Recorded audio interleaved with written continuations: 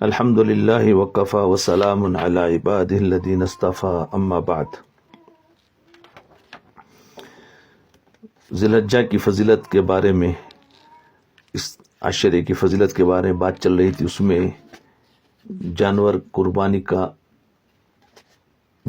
قربانی کرنا اور اس کا کیا حقیقت ہے کہ اصل میں حضرت اسماعیل علیہ السلام کی قربانی جو مانگی گئی تھی، ان کا امتحان تھا، وہ پورے اتر گئے۔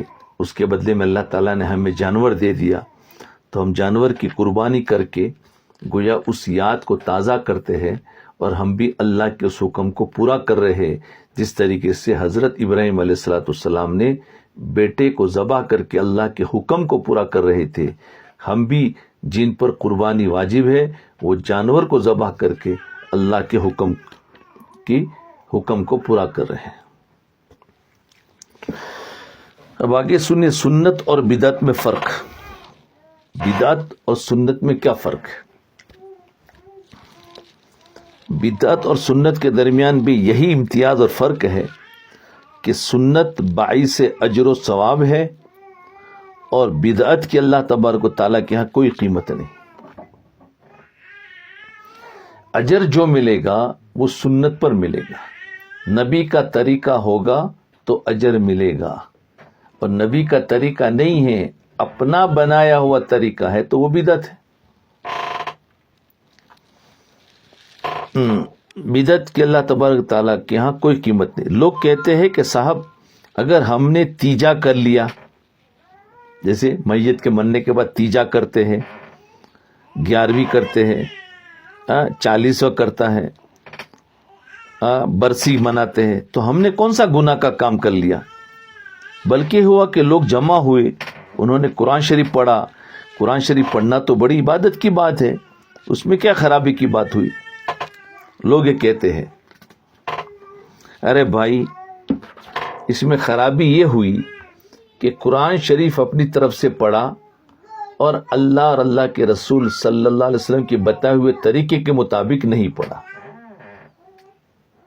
کہاں میت کے مرنے کے تیسرے دن ہم پڑھتے ہیں، 11ویں مناتے ہیں، 40ویں مناتے ہیں، اس میں قرآن ہی تو پڑھتے ہیں، اور قرآن پڑھنا کیا بدعت ہے؟ دیکھو لوگوں کو ایسا بنا دیا۔ تو دیکھو قرآن پڑھنا بہت اچھی بات ہے، اللہ کے رسول کی سنت ہے، قرآن کا حق ہے، لیکن اللہ کے رسول صلی اللہ علیہ وسلم کے بتائے ہوئے طریقے کے مطابق نہیں پڑھا۔ قرآن شریف پڑھنا اس وقت باعث اجر و ثواب ہے جب وہ اللہ اور اللہ کے رسول کے بتائے ہوئے طریقے کے موافق ہو۔ اگر اس کے خلاف ہو تو اس میں کوئی اجر و ثواب نہیں۔ جی، حالانکہ قرآن پڑھا ہے لیکن اس میں اجر و ثواب نہیں ہے، کیونکہ طریقہ تم نے بدل دیا۔ ہاں، ویسے تم پورا دن پڑھتے، کوئی حرج نہیں، ثواب ملتا تھا، لیکن مخصوص طریقہ میت کے لیے، ایصال ثواب کے لیے سب جمع ہو کر اور قرآن پڑھ رہے ہیں، تو فرمایا اس کو اجر و ثواب نہیں ملے گا۔ دوسری مثال میں اس کی مثال دیا کرتا ہوں کہ مغرب کی 3 رکعت پڑھنا فرض ہے کہ نہیں؟ اب ایک شخص کہے کہ معاذ اللہ یہ 3 کا عدد کچھ بے تکا سا ہے، ذرا 4 رکعت پوری کیوں نہ پڑھے؟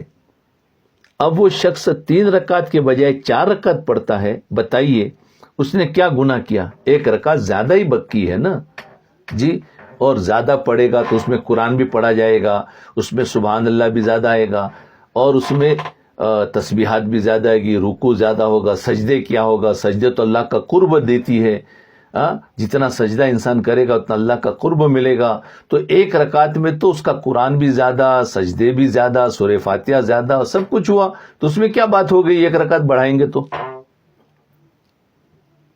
3 رکعت کے بجائے 4 رکعت پڑھتا ہے۔ بتائیے اس نے کیا گناہ کیا؟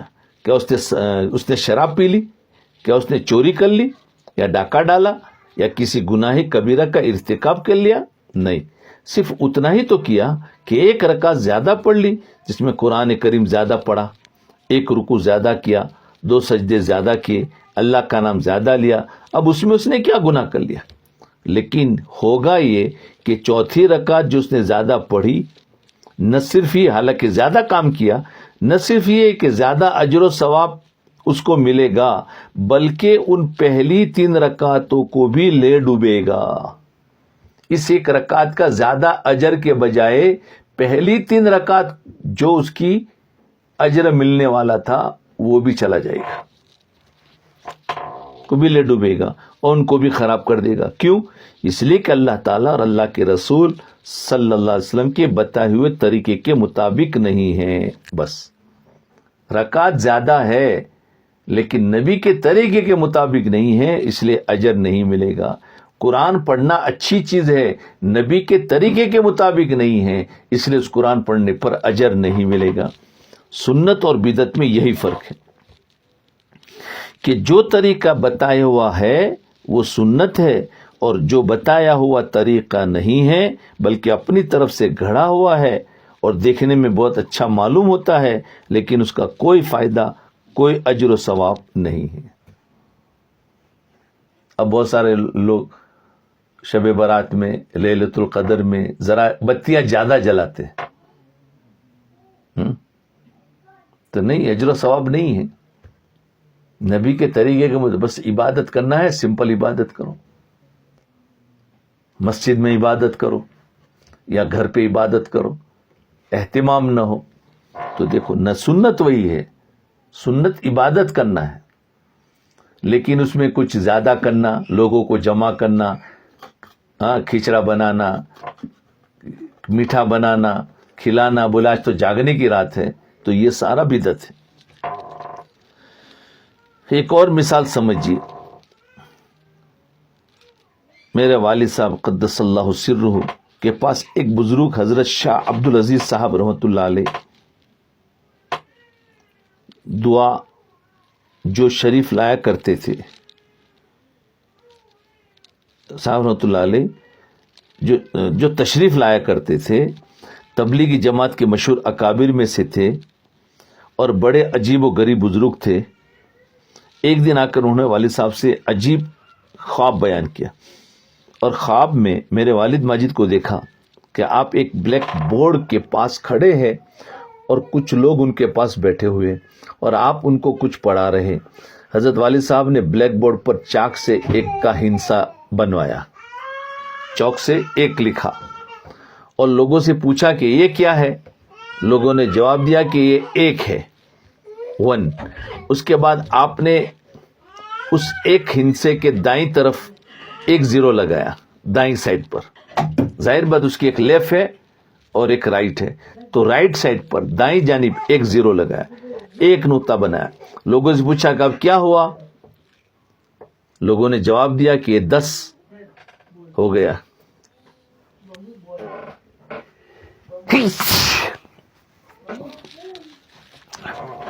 کا 10 ہو گیا، اور پھر 1 نقطہ لگا دیا۔ پوچھا کہ اب کیا ہو گیا؟ لوگوں نے کہا اب یہ 100 ہو گیا۔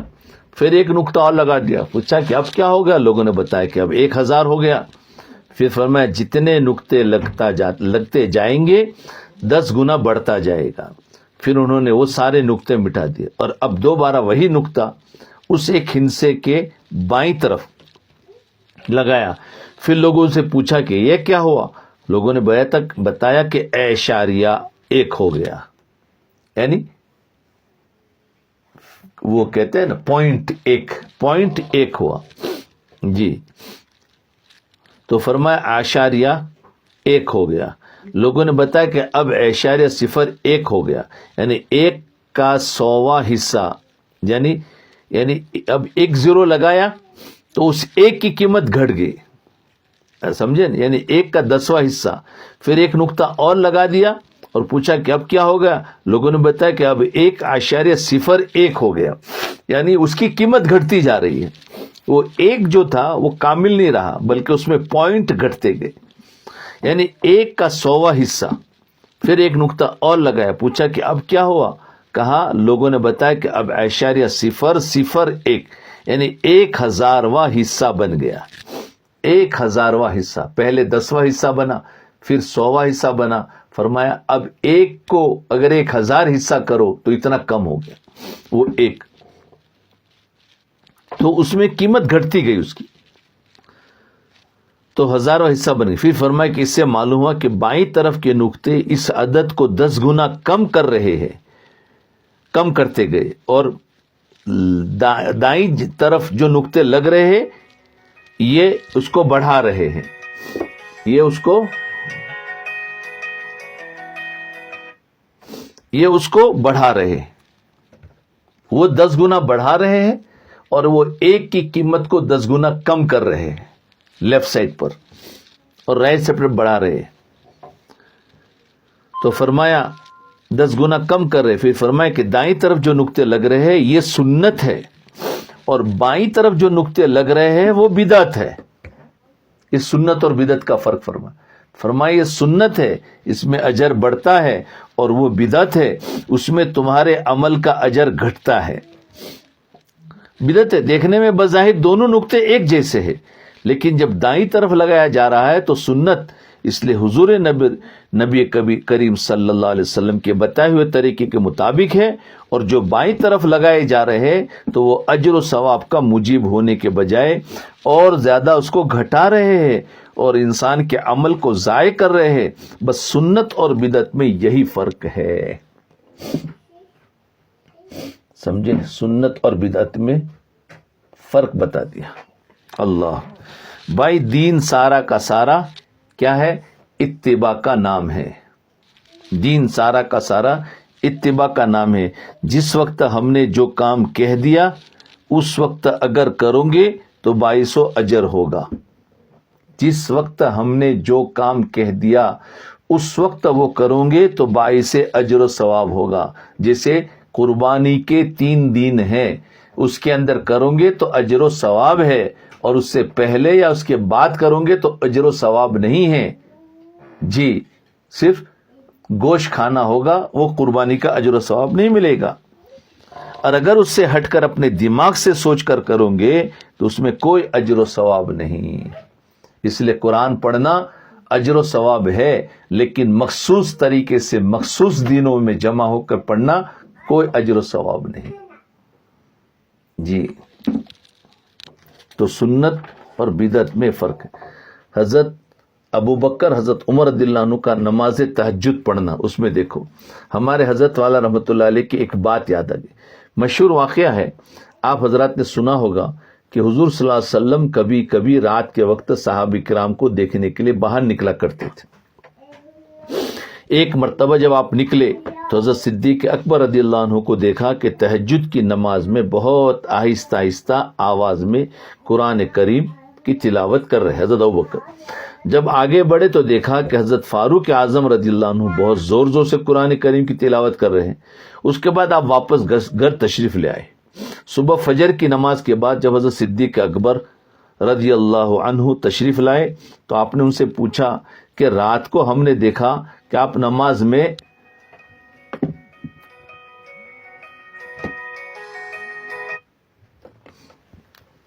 جی بھائی، ہلو، اللہ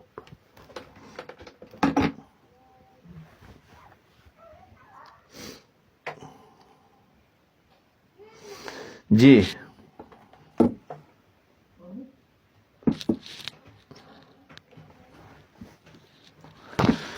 تو فرمایا آپ آہستہ آہستہ قرآن پڑھ رہے تھے. اس کے بعد آپ واپس گھر تشریف لے آئے. جب صبح کی فجر کی نماز میں آپ نے ان سے پوچھا، رات کو ہم نے دیکھا کہ آپ نماز بہت آہستہ آہستہ قرآن کی تلاوت کر رہے تھے، اتنی آہستہ آواز میں کیوں کر رہے تھے؟ حضرت صدیق اکبر رضی اللہ عنہ نے جواب میں کتنا خوبصورت جملہ ارشاد فرمایا کہ یا رسول اللہ، میں جس سے مناجات کر رہا ہوں اس کو سنا دیا. یعنی اللہ کو سنانا ہے نا، تو وہ تو سن رہا ہے، اس لیے مجھے آواز زیادہ بلند کرنے کی ضرورت نہیں ہے. جس ذات کو سنانا مقصود تھا اس نے سن لیا، اس کے لیے بلند آواز کی شرط نہیں.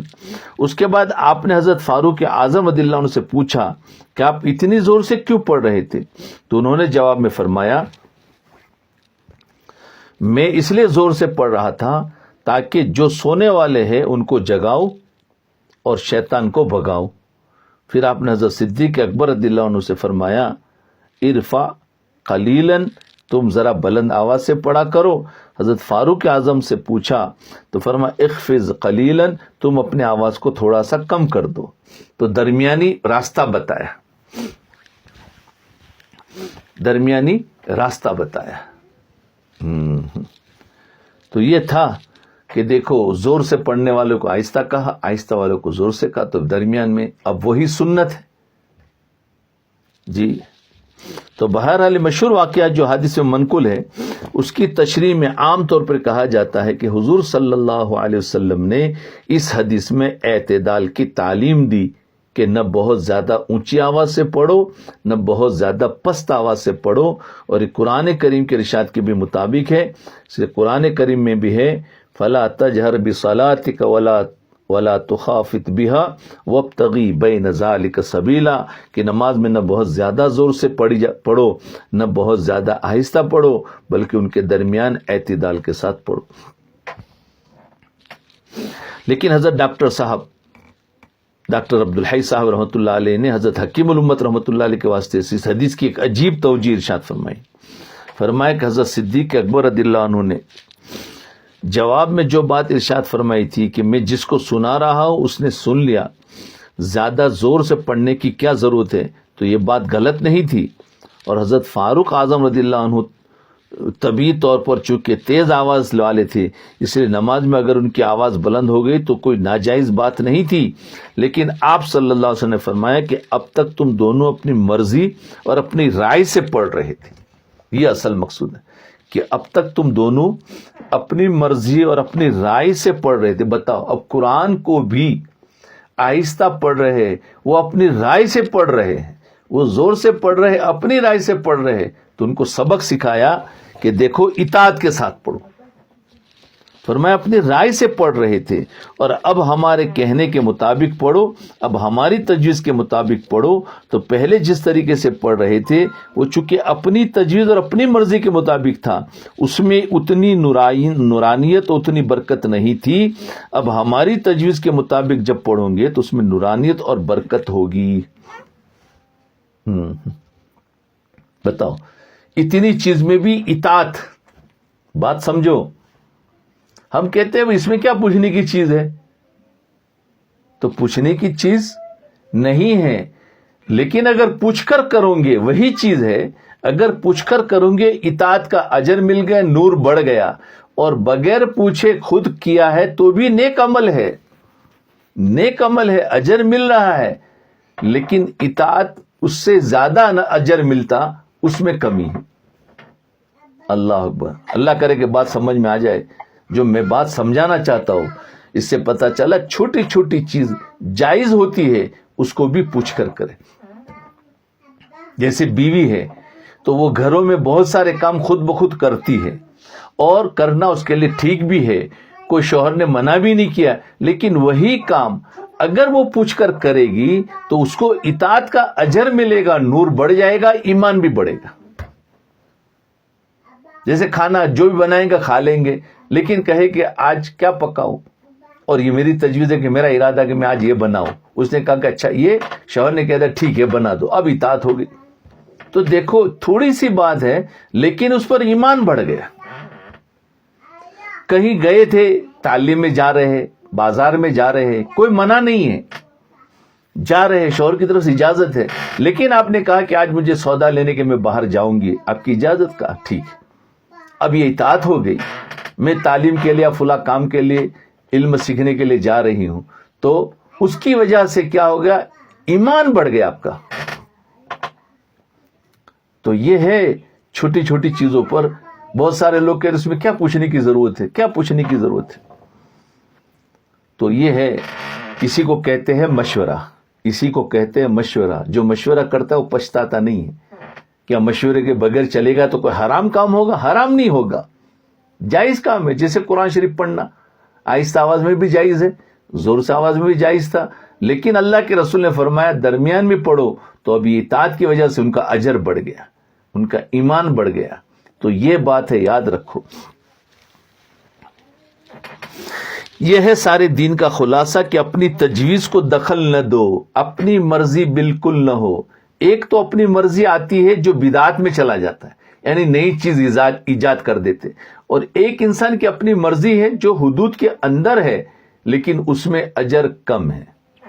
جیسے حضرت ابوبکر رضی اللہ عنہ قرآن پڑھ رہے تھے تو ٹھیک تھا لیکن وہ اپنی مرضی سے پڑھ رہے تھے, ناجائز نہیں تھا, حرام نہیں تھا. تو یہ بات ہے. تو فرمایا اپنی تجویز کو دخل نہ ہو. سارے دین کا خلاصہ کیا ہے کہ ہر چیز میں اپنے کسی نہ کسی سے پوچھ کر کام کرو. اب شوہر کو کوئی کام کرنا ہے تو وہ سوچے میں کس کے پوچھنے جاؤں, ارے بیوی سے بتا دے کہ مجھے یہ کام کرنا ہے, ٹھیک ہے, اس نے کہہ لیا, حالانکہ اس کو اس کے کچھ پتہ نہیں, لیکن بات رکھنے سے ہو سکتا ہے کوئی رائے آئے, یا پھر ان کو بتا دیا ہے, اس کی وجہ سے ہمیں زیادہ اجر ملے گا. مشورے کے لیے جو بھی اپنے دوست ہو, احباب ہو, یا اس سے جاننے والے ہو, علماء کرام ہو, تو جیسا جس سے بھی ہو اس سے پوچھ کر کام کر لیا کرو, اس سے فائدہ ہوگا. یعنی انسان کا اپنا نفس ٹوٹے گا. اور اگر کوئی اللہ والا کسی کا کوئی تعلق ہے, اپنا رہبر بنایا ہے, تو پھر وہ اسی سے پوچھ کر چلے. لیکن اگر کوئی نہیں بنایا تو بولا میں کدھر جاؤں, تو فرمایا اس طریقے سے ماں باپ ہو, گھر میں بیوی ہو, تو ان سے پوچھ کر کام کر لیا کرے, اس سے فائدے ہوتے. جو کوئی عمل ہو وہ اللہ اور اللہ کے رسول صلی اللہ علیہ وسلم کے بتائے ہوئے طریقے کے مطابق ہو. اگر یہ بات ذہن نشین ہو جائے تو ساری بدعتوں کی جھٹ کٹ جائے گی.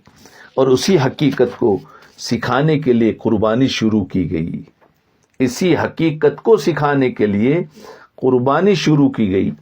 بات دراصل یہ ہے کہ ہمارے یہاں ہر چیز ایک غفلت اور بے توجہی کے عالم میں گزر جاتی ہے. جی, ہمارے یہاں ہر چیز ایک غفلت اور بے توجہی کے عالم میں گزر جاتی ہے.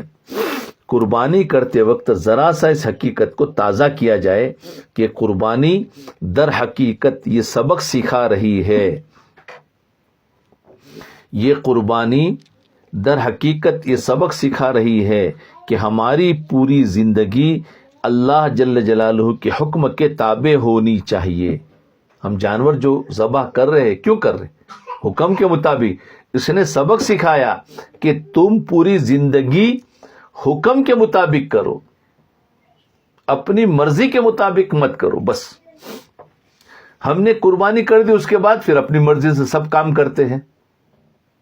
خالی نماز اللہ کی مرضی کے مطابق پڑھ لیا, اس کے بعد نماز بھی روزانہ 5 وقت سبق سکھا رہی ہے کہ تم نے نماز کو جس طریقے سے اللہ کا حکم نبی کے طریقے پر پڑھا ہے, نماز پڑھی ہے. فرمایا باہر جا کر کاروبار ہو, بیوی بچے میں ہو, راستے میں ہو, حضر میں ہو, سفر میں ہو, فرمایا ہر وقت اللہ کا حکم نبی کے طریقے کے مطابق چلو.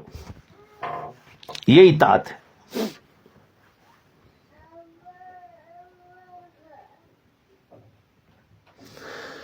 تو قربانی کے وقت ذرا سا اس حقیقت کو تازہ کر لیا جائے کہ قربانی در حقیقت سبق سکھا رہی ہے کہ ہماری پوری زندگی اللہ کے حکم کے تابع ہونی چاہیے اور پوری زندگی اتباع کا نمونہ چاہیے. چاہے ہماری سمجھ میں آئے یا نہ آئے, ہماری عقل میں آئے یا نہ آئے, ہر حالت میں اللہ تعالیٰ کے حکم کے آگے سر جھکانا چاہیے. بس اس قربانی کا سارا فلسفہ یہ ہے, اللہ تعالیٰ اپنی رحمت سے اس فلسفے کو سمجھنے کی بھی توفیق عطا فرمائے اور اس کے برکات عطا فرمائے. آمین. جی, اب قربانی کا یہ تو فلسفہ تھا, اور قربانی کا یہ جو قصہ کہاں سے شروع ہوئی, حضرت ابراہیم اسلام کے قصے سے شروع ہوئی, اسماعیل اسلام کے, تو وہ تھی. اب قربانی کی فضیلت کیا ہے وہ سنیں. حدیث شریف میں جو آتا ہے کہ جب کوئی شخص اللہ کی راہ میں جانور قربان کرتا ہے اور اس قربانی کے نتیجے میں یہ ہوگا کہ اس جانور کے جسم پر جتنے بال ہے, ایک ایک بال کے عوض ایک ایک گناہ معاف ہوتے ہیں. کسی نے بال گینے؟ جانور کے نہیں گنتے. ایک ایک گناہ کے عوض, ایک ایک بال کے عوض ایک ایک گناہ معاف ہوتے ہیں. اور اللہ تعالیٰ کو ان تین دنوں میں ایک کوئی عمل خون بہانے سے زیادہ محبوب نہیں. جتنا زیادہ قربانی کرے گا اتنا ہی اللہ تعالیٰ کو محبوب ہوگا. اور فرمایا کہ جب تک قربانی کرتے ہو تو جانور کا خون ابھی زمین پر نہیں گرتا، جانور کا خون ابھی زمین پر نہیں گرتا، اس سے پہلے وہ اللہ تعالیٰ کے ہاں پہنچ جاتا ہے. جانور بس قبول ہو گیا اور اللہ تبارک تعالیٰ کے ہاں تقرب کا ذریعہ بن جاتا ہے. یہ سب اس لیے ہے کہ جب اللہ تعالیٰ یہ دیکھتے ہیں کہ میرا بندہ یہ دیکھے بغیر، میرا بندہ یہ دیکھے بغیر کہ بات عقل میں آ رہی ہے یا نہیں، اور یہ دیکھے بغیر کہ اس کے مال کا فائدہ ہو رہا ہے یا نقصان ہو رہا ہے، صرف میرے حکم پر جانور کے گلے پر چھری پھیر رہا ہے،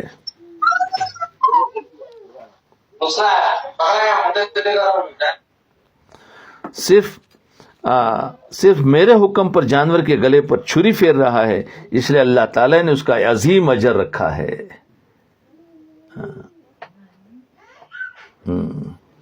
اس لیے اللہ تعالیٰ نے عظیم اجر رکھا ہے کہ میرے حکم پر یہ جانور کے گلے پر چھری پھر رہا ہے. حالانکہ عقل میں آنے والی بات نہیں ہے، کیوں جانور کو ذبح کرنا ہے، صدقہ خیرات کر دے، غریب یتیموں کو کھلا دے. فرمایا نہیں، جانور کو ذبح کرو. تو یہ اس کی فضیلت، ایک جتنے بال ہے ایک ایک بال کے بدلے میں ایک ایک گناہ معاف ہوتے ہیں، اور خون کا زمین پر گرنے سے پہلے اللہ کے ہاں قربانی قبول ہو جاتی. اب اس قربانی کا گوشت چاہے کھاؤ، صدقہ کرو، سب قربانی کرنا تھا، بس وہ ہو گیا. یاد رکھے، گوشت کھانے کے لیے قربانی نہیں ہے، حکم کو پورا کرنے کے لیے قربانی ہے. اس لیے تم پورے قربانی کر کے اب تمہارا جانور تو قبول ہو گیا، اب گوشت لوگوں کو کھلا دو یا تم خود کھا جاؤ یا تقسیم کرو، جو کچھ بھی ہے وہ ہو جائے، قربانی قبول ہو گئی. اس لیے کہتے ہیں کہ اس میں حصہ کرو، ایک حصہ اپنے لیے رکھو. اگر کسی نے اگر پورا بھی کھا لیا تو بھی کوئی حرج نہیں. قربانی گوشت کھانے کے لیے نہیں کی تھی، وہ تو حکم کو پورا کرنے کے لیے کیا تھا، بس وہ ہو گیا. ایک بزرگ نے فرمایا کہ پہلے زمانے میں ایک قاعدہ تھا کہ جب کسی بڑے بادشاہ کے دربار میں جاتے ہو تو کوئی ہدیہ یا تحفہ بطور نذرانہ ساتھ لے جاتے، اور در حقیقت اس بادشاہ کو تمہارے نذرانے کی ضرورت نہیں ہے، لیکن ہدیہ لے جاتے تھے. لیکن اس نذرانے کا مقصد یہ ہوتا تھا کہ اگر بادشاہ اس نذرانے کو قبول کر لے گا تو اس کی خوشنودی حاصل ہو جائے گی ہدیے کو، اور اس کے نتیجے میں اور کچھ حاصل ہوگا. تو مولانا رومی رحمۃ اللہ علیہ فرماتے ہیں کہ اس پر واقعہ لکھا ہے کہ بغداد کے قریب ایک گاؤں تھا. اس گاؤں میں ایک دیہاتی رہتا تھا. اس دیہاتی نے ارادہ کیا کہ میں بغداد جا کر بادشاہ اور امیر المومنین سے ملاقات کروں گا. وہ آج کل کے بادشاہ کی طرح نہیں ہوتے تھے کہ چھوٹی سی ریاست لے کر بیٹھ گئے اور بادشاہ بن گئے، بلکہ اس وقت بغداد کے خلیفہ کی آدھی دنیا سے زیادہ پر حکومت تھی. بہرحال جاتے وقت اس نے اپنی بیوی سے مشورہ کیا کہ میں بادشاہ کے دربار میں جا رہا ہوں تو ان کے لیے تحفہ اور نذرانہ بھی لے کر جانا چاہیے. اب کیا تحفہ لے کر جاؤ جو بادشاہ کے لائق ہو اور بادشاہ اس کو دیکھ کر خوش ہو جائے. وہ چھوٹے سے گاؤں میں رہنے والی دیہاتی لوگ تھے، دنیا کی خبر بھی نہیں تھی. اس لیے بیوی نے مشورہ دیا کہ ہمارے گھر کے مٹکے میں جو پانی ہے وہ نہر کا ٹھنڈا، صاف اور شفاف پانی ہے. ایسا پانی بادشاہ کو کہاں میسر آتا ہوگا، لہذا یہ پانی لے جاؤ. اس دیہاتی کی عقل میں بیوی کی بات آ گئی، اور اب اس نے وہ پانی کا گھڑا سر پر اٹھایا، بغداد کی طرف چل دیا. اب آج کی طرح ہوائی جہاز یا ریل کا سفر تو تھا نہیں، پیدل یا اونٹوں پر سفر تھا. وہ دیہاتی پیدل ہی روانہ ہوا. اب راستے میں ہوا چل رہی ہے، مٹی اڑ اڑ کر مٹکے کے اوپر جم رہی ہے. بغداد پہنچتے پہنچتے مٹی کی تہ جم گئی. جب بادشاہ کے دربار میں حاضری ہوئی، عرض کیا حضور میں آپ کی خدمت میں ایک تحفہ لے کر آیا ہوں. بادشاہ نے پوچھا کہ کیا تحفہ لائے ہو؟ اس دیہاتی نے وہ مٹکا پیش کر دیا. کہا کہ میرے گاؤں کے کنویں کا صاف شفاف میٹھا پانی ہے. میں نے سوچا کہ اتنا اچھا پانی آپ کو کہاں میسر آتا ہوگا، اس لیے میں آپ کے لیے لایا ہوں، اور یہ آپ کے لیے نذرانہ ہے، آپ قبول فرما لیں. بادشاہ نے کہا کہ اس مٹکے کا ڈھکن کھولو. جب اس نے دیہاتی نے ڈھکن کھولا تو کیا ہے، وہ اس پر کمرے میں بدبو پھیل گئی، اتنا بدبو مار، اس لیے کہ اس کے بند کیے ہوئے کئی دن گزر گئے تھے. اس کے اوپر مٹی کی تہ جمی ہوئی تھی. بادشاہ نے سوچا کہ یہ بیچارہ ایک دیہاتی آدمی ہے، اپنی سوچ اور اپنے سمجھ کے مطابق ہدیہ پیش کر کے اپنی محبت اور عقیدت کا اظہار کر رہا ہے، اس لیے اس کا دل نہیں توڑنا چاہیے. اس لیے یاد رکھو، کوئی انسان کیسا بھی ہدیہ لائے، ہماری شان کے مطابق ہو یا ہماری شان کے خلاف ہو، لیکن اس کو محبت سے قبول کر کے اس کو اس سے اچھا بدلہ دینا چاہیے. سمجھ کے مطابق ہدیہ پیش کر کے اپنی محبت اور عقیدت کا اظہار، اس لیے اس کا دل نہیں توڑنا چاہیے. چنانچہ اس گھڑے کو بند کرا دیا اور اس دیہاتی سے کہا کہ تمہارا ماشاءاللہ بہت اچھا تحفہ لائے ہو، واقعی ایسا پانی مجھے کہاں میسر آ سکتا ہے. اس پانی کی بڑی تعریف کی، پھر حکم جاری کر دیا کہ اس کی عوض اس کو ایک گھڑا اشرفیوں سے بھر کر دے دو. چنانچہ وہ دیہاتی بہت خوش ہوا کہ میرا تحفہ بادشاہ کے دربار میں قبول ہو گیا، اشرفی کا بھرا ہوا ایک گھڑا مل گیا. جب وہ دیہاتی واپس جانے لگا تو بادشاہ نے اپنے ایک نوکر سے کہا کہ اس کو دریائے دجلہ کے کنارے سے واپس لے جانا. اب وہ دیہاتی بڑا خوش واپس جا رہا تھا. بادشاہ کا نوکر اس کے ساتھ تھا. جب دریائے دجلہ راستے میں آیا، اس دیہاتی نے دجلہ کو دیکھ کر نوکر سے پوچھا کہ یہ کیا ہے. نوکر نے کہا کہ یہ دریا ہے، اس کا پانی پی کر دیکھو. جب اس دیہاتی نے دجلہ کا پانی پیا تو دیکھا کہ انتہائی صاف، شفاف، میٹھا پانی ہے. اب اس دیہاتی کو خیال آیا کہ اللہ، میں بادشاہ کے لیے کس قسم کا پانی لے گیا تھا، اس کے محل کے اندر تو کتنے صاف شفاف اعلیٰ درجے کا پانی بہ رہا ہے، اس کو تو پانی کی ضرورت نہیں تھی، لیکن اس نے تو بڑی کرم نوازی کی کہ میرے خاطر اس گھڑے کو قبول کر لیا. ورنہ میں تو اس لائق تھا کہ اس ہدیے دینے پر مجھے سزا دی جاتی کہ تو ایسا سڑا ہوا گندا پانی لے کر آیا ہے. لیکن اس بادشاہ کی کرم نوازی کہ کیا ٹھکانہ، اس نے نہ صرف یہ کہ مجھے سزا نہیں دی بلکہ میرے گھڑے کو قبول بھی کر لیا، اس کے بدلے میں مجھے ایک شرفیوں سے بھرا ہوا گھڑا بھی دے دیا. دیکھا تو مولانا رومی رحمۃ اللہ علیہ فرماتے ہیں ایک قصے کو لکھ کر، سمجھے، کہ ہم اللہ تعالیٰ کے حضور، اب اس کے اندر نصیحت دیکھو کہ ہم اللہ تعالیٰ کے حضور جو عبادتیں کرتے ہیں اور اللہ کے حضور جو لے کے جاتے ہیں، وہ پانی کے اس گھڑے کی طرح ہے جس میں گندا پانی بھرا ہوا ہے. ہماری عبادتیں اس دیہاتی کے مٹکے کے اندر جو پانی ہے اس کی طرح ہے، گرد و غبار، مٹی سے لدا ہوا. اس کا تقاضا تو یہ تھا کہ عبادتیں ہمارے منہ پر مار دی جائے.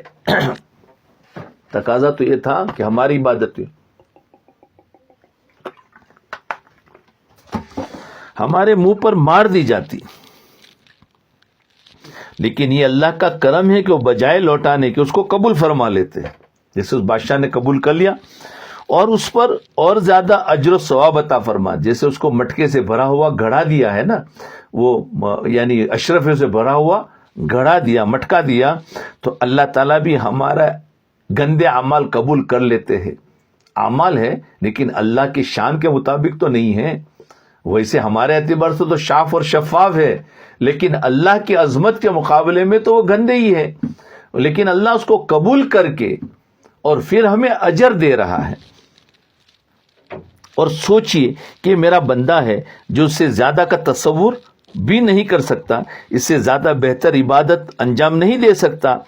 چونکہ اخلاص کے ساتھ لایا ہے اس لیے اس کی عبادت قبول کر لو. چنانچہ اللہ تعالیٰ اس کی عبادت قبول فرما لیتے ہیں.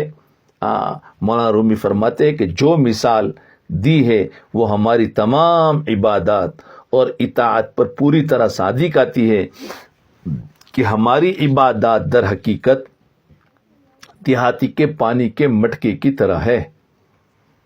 اللہ اکبر کبیرہ. دیکھو ہماری قربانی کیا ہے.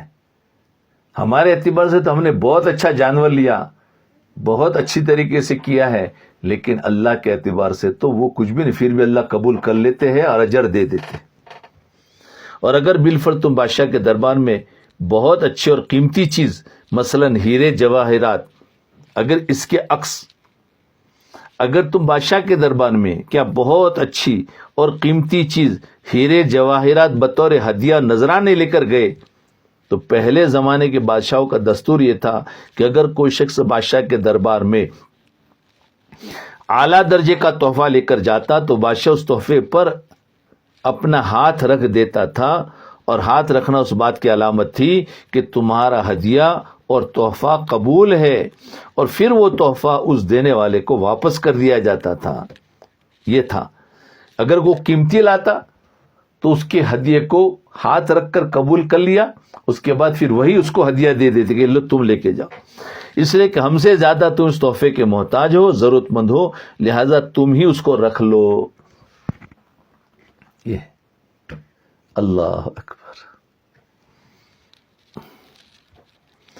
تو مولانا رومی رحمۃ اللہ علیہ فرماتے کہ مسلمان اللہ تعالیٰ کے حضور جو قربانی پیش کرتے ہیں ایک ایسا ہدیہ نذرانہ ہے کہ ادھر اس نے اللہ کے لیے قربانی اور نذرانہ پیش کر دیا اور اس کے گلے پر چھری پھیری، ادھر قربانی کی عبادت ادا ہو گئی اور اللہ تعالیٰ نے اور نذرانہ قبول کر لیا، اور گویا اللہ تعالیٰ نے اس پر اپنا ہاتھ رکھ دیا، اور اب کیا کیا، یعنی قربانی قبول کر لی، اور پھر فرمایا کہ لو یہ جانور جو تم نے قربان کیا ہے اب لو اسی کو تم کھاؤ بھی، یہ اس کو کہتے ہیں نذرانہ ہمیں واپس کر دیا، لو، اور اب وہ جانور بھی پورا کا پورا تمہارا ہے، اور فرما دیا کہ جانور لے جا کر کھاؤ، اس کا گوشت تمہارا ہے، اس کی کھال تمہاری ہے، اس جانور کی ہر چیز تمہاری ہے۔ اللہ اکبر، اس کو کہتے ہیں، کیونکہ اللہ کو تو اس کی ضرورت نہیں ہے، اللہ کو تو صرف خون بہانا تھا، کر دیا، میں نے قبول کر لیا، اب جانور تمہارا ہے، کھاؤ اس گوشت کو تم۔ تو اکرام دیکھیے اس امت محمدیہ اعلیٰ صاحب الصلاۃ والسلام کا اکرام دیکھیے کہ نذرانہ مانگا جا رہا ہے، لیکن جب بندہ نے خون بہا دیا، نذرانہ پیش کر دیا، ہمارے حکم کی تعمیل کر لی تو بس کافی ہے۔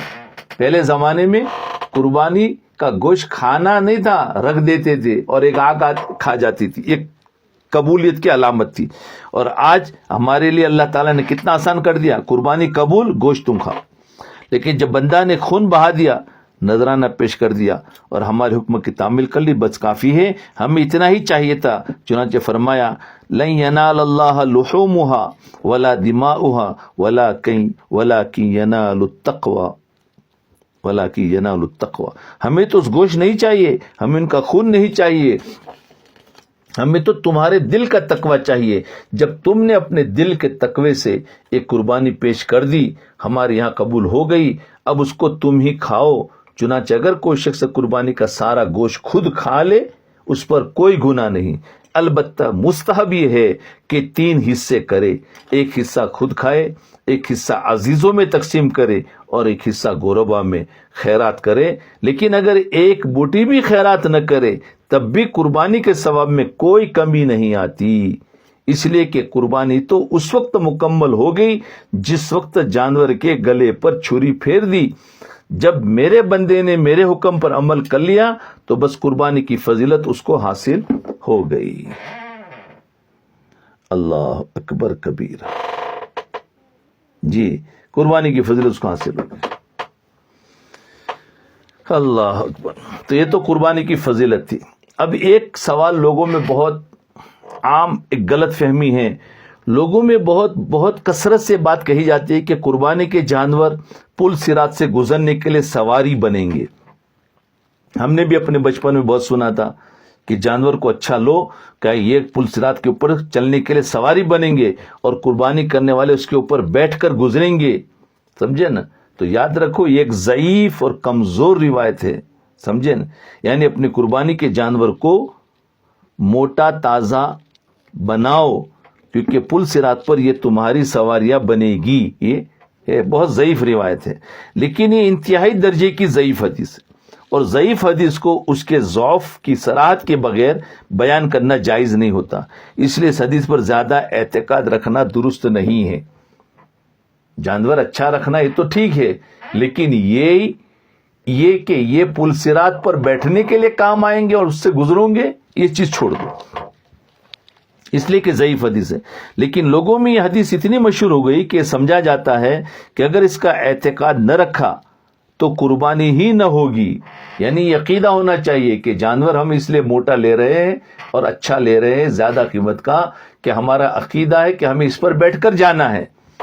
تو فرمایا یہ اس کا احتیاط رکھا تو قربانی ہی نہ ہوگی. ہم اس حکم کی نہ نفی کرتے ہیں نہ اس بات کرتے، اس کا صحیح علم اللہ تعالیٰ ہی کو ہے. البتہ حدیث بالکل صحیح ہے کہ قربانی کے جانور کا خون زمین پر گرنے سے پہلے اللہ تعالیٰ کے یہاں وہ قربانی قبول ہو جاتی جی. اور جانور بغیر عیب کا ہو، یہ یاد رکھے. اور یہ جو حدیث ہے یہ بہت ضعیف ہے. تو بہرحال یہ سب اس لیے کرایا جا رہا ہے کہ تاکہ دل میں اتباع کا جذبہ پیدا ہو اور اللہ کے رسول کے حکم کے آگے سر جھکانے کا جذبہ پیدا ہو. جیسا کہ قرآن میں فرمایا وَمَا كَانَ لِمُؤْمِنٍ وَلَا مُؤْمِنَةٍ إِذَا قَضَى اللَّهُ وَرَسُولُهُ إِلَّا أَن يَكُونَ لَهُمُ الْخِيَرَةُ مِنْ أَمْرِهِمْ. جب اللہ یا اللہ کا رسول کسی مومن مرد یا مومن عورت کے لیے کوئی فیصلہ کر دے تو اس کے بعد اس کے پاس کوئی اختیار نہیں رہتا. تو دین کی ساری حقیقت یہ ہے کہ اللہ تعالیٰ اپنی رحمت سے اس حقیقت کو سمجھنے کی توفیق عطا فرمائے، اس کی اجر و فضیلت عطا فرمائے. اس کے اندر جتنے انوار اور برکات ہیں اللہ تعالیٰ اپنی رحمت سے وہ سب ہمیں عطا فرمائے اور اپنی زندگی میں اس سبق کو یاد رکھنے، اس کے مطابق اپنی زندگی گزارنے کی توفیق عطا فرمائے. بس یہیں پر رکھتے ہیں جی. تو یہ تھی عشر ذی الحجہ کے بارے میں بھی، قربانی کے بارے میں بھی، اور قربانی کی ابتدا کہاں سے ہوئی اور قربانی کی کیا فضیلت ہے اور کس طریقے سے کرنا چاہیے. یہ ساری تفصیل سے بات آ گئی ہے اور اسی کو بار بار سنیں اور دوسروں تو اس کو پہنچائے، کیونکہ بہت سے لوگوں میں کچھ پتہ نہیں ہے کہ قربانی کیا ہے، کیسے شروع ہوئی اور اس کی فضیلت کیا ہے. تو ہمیں اس کو پھیلانا چاہیے.